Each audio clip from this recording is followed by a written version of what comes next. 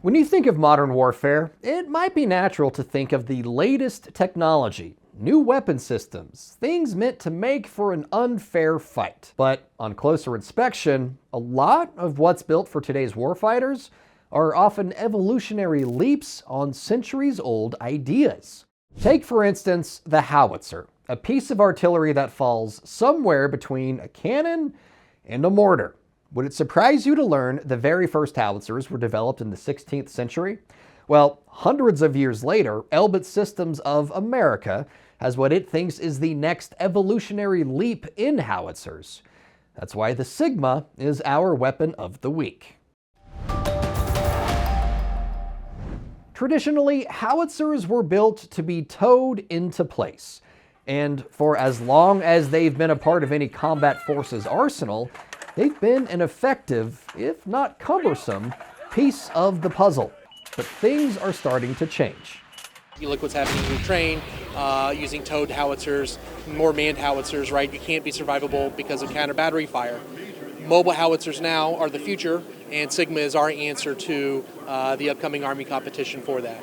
And the Sigma ain't no beta. It's a 10-wheeled piece of rolling thunder, allowing its 3-man crew to stay inside while engaging the enemy, meaning this 155mm 52 caliber howitzer can move as the battle line moves. No towing required.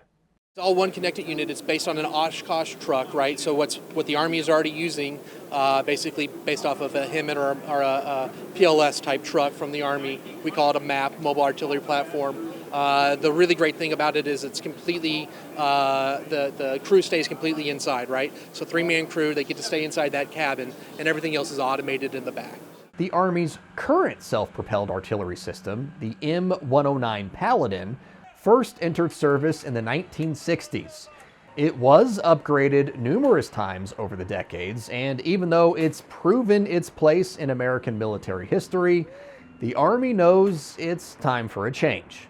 Boasting a 40-round magazine, the largest in the industry, the Sigma, with its high volume of fire and extended combat range, offers the kind of change the Army is looking for. So basically you can fight longer, you can fight further away, and you don't have to resupply nearly as often. So it's a very unique capability. Obviously it's a big system, but because of that the size, right, it allows you a massive volume of fire, which is unmatched.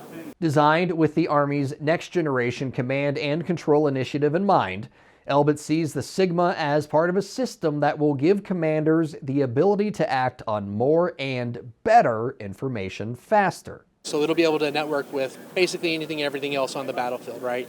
I would expect to see systems like this to start moving towards more of an optionally manned configuration. To be clear, this is far from the only entry in the mobile howitzer marketplace.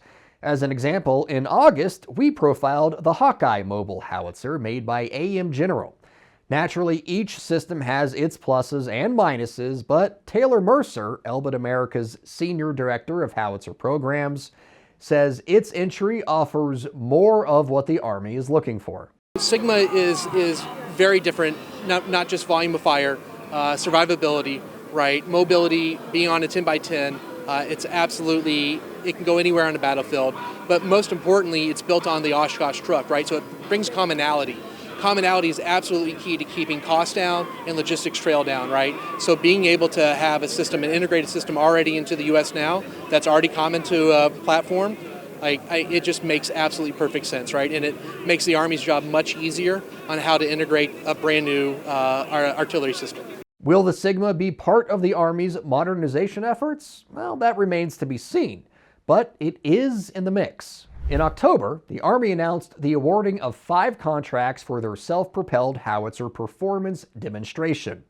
Elbit is one of that group, along with entries from American Rheinmetall vehicles, BAE Bofors, Hanwha Defense USA, and General Dynamics Land Systems.